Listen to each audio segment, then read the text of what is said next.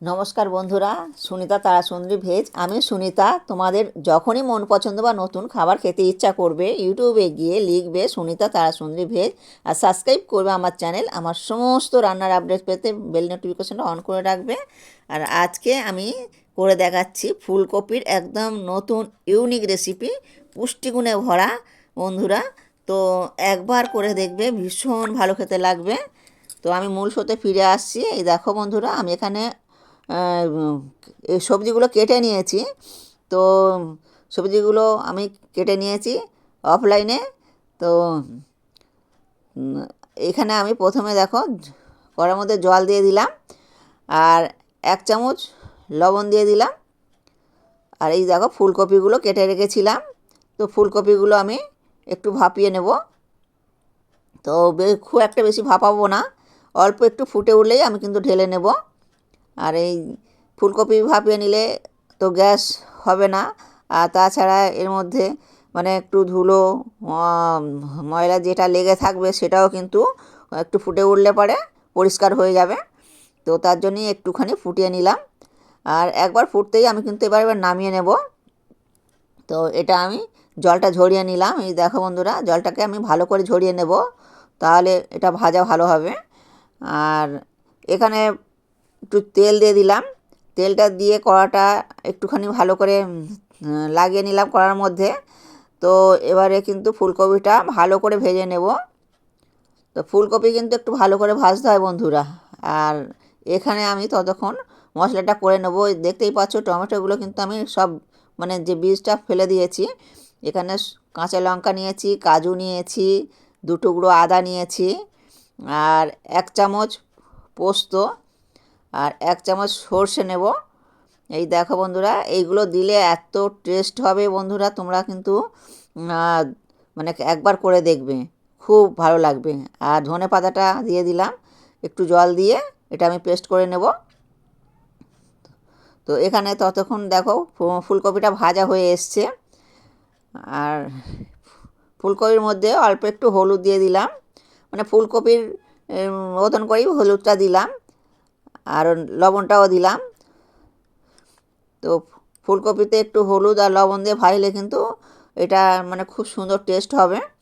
আর এটা তো ভেজে তুলে রেখে দেবো। আর এটা প্রায় 80% মানে ভাজতে ভাজতেই হয়ে গেছে। আর এর মধ্যে আর একটু তেল দিয়ে আমি বড়িটা ভেজে নেব। কড়ার মধ্যে তেলটা দিয়ে দিলাম, দিয়ে বড়িটাকে আমি একটু মচমচে করে ভেজে নেব। আর এটা কিন্তু মুগ ডালের বড়ি বন্ধুরা, যেহেতু আমরা নিরামিষ খাই, তা তোমরা তো সবাই জানো।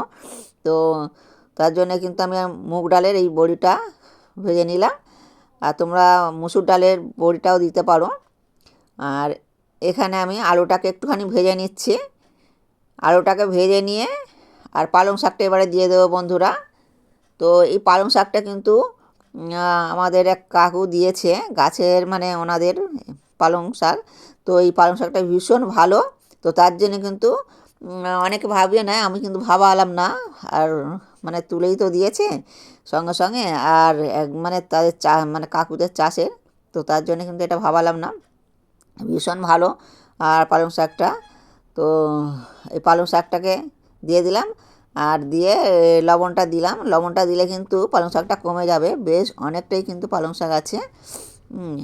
আর পালং শাক মানে খুবই তো মানে ভালো খাওয়া। তো সব কিছু মানে সব বাচ্চা থেকে বড় পর্যন্ত সকলেরই ভালো। আর অনেকে কিন্তু পালং শাক খেতে চায় না। তো পালং শাকটা কিন্তু এইভাবে যদি করা যায়, সকলেই কিন্তু মানে চেটে পুচে খেয়ে নেবে। তো এতটাই টেস্টি হয়। আর আমি যে সমস্ত উপকরণগুলো দিয়ে করছি, তোমরা বন্ধুরা একবার হলেও এই সমস্ত উপকরণ দিয়ে করবে, ভীষণ সুন্দর খেতে লাগবে। আর দেখলে বন্ধুরা অনেকটাই কিন্তু জল বেরিয়েছে, এটা শুধু পালং শাকেরই জল। কিন্তু পালং শাকের জলের মধ্যে দিয়েই কিন্তু এই আলুটাও সিদ্ধ হয়ে যাবে। আর হলুদ একটু দিয়ে দিলাম। তো হলুদ আর লবণটা দিয়ে দিয়ে দিলাম। দেখো কতটা কমে গেছে, মানে এক কড়া ভর্তি ছিল বন্ধুরা, একদম কমে একটুখানি হয়ে গেছে। এটা আমি এবারে উঠিয়ে নিলাম। আর এখানে আমি 2 চামচ তেল দিলাম, আর 2 কাঁচা লঙ্কা, তেজপাতা, দারচিনি, লবঙ্গ, এলাচ, আর মৌরি, আর কালো জিরে, এই মোট ফোড়ন দিলাম।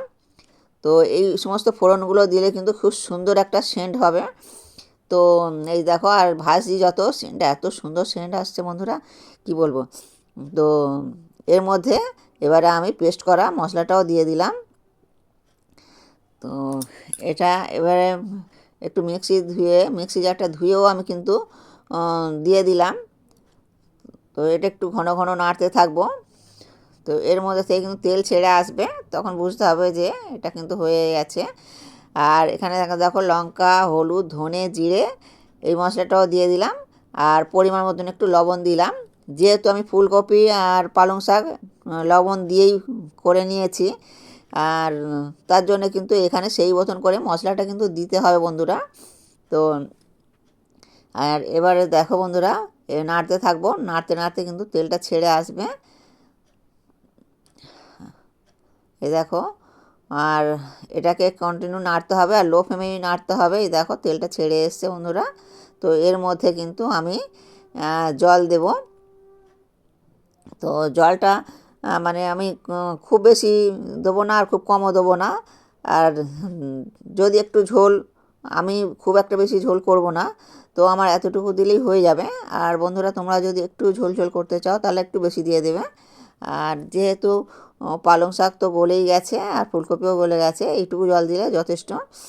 তো এবারে কিন্তু ফুটে উঠলে আমি একে একে ঢেলে দেবো। এই দেখো, ফুলকপি আলুটা আগে দিয়ে দিলাম। আর এরপরে কিন্তু আমি পালং শাক আর আলুটা ঢেলে দিলাম। এবার ফুলকপিটা দিয়ে দেবো। ফুলকপিটাও দিয়ে দিলাম। ফুলকপি তো 80% মানে সিদ্ধ হয়েই আছে। তো এবারে হালকা হাতে একটু নাড়াচাড়া করে নেব বন্ধুরা। আর সব শেষে বড়ি দেব, আর চিনি দিয়ে দিলাম। যেহেতু একটু শাক দেওয়া আছে, তো তার জন্য কিন্তু চিনিটা দিলে ব্যালেন্স হবে। তো চিনিটা দিয়ে দিলাম। এবার হালকা হাতে একটু নেড়ে চেড়ে নিয়ে ঢাকা চাপা দেব।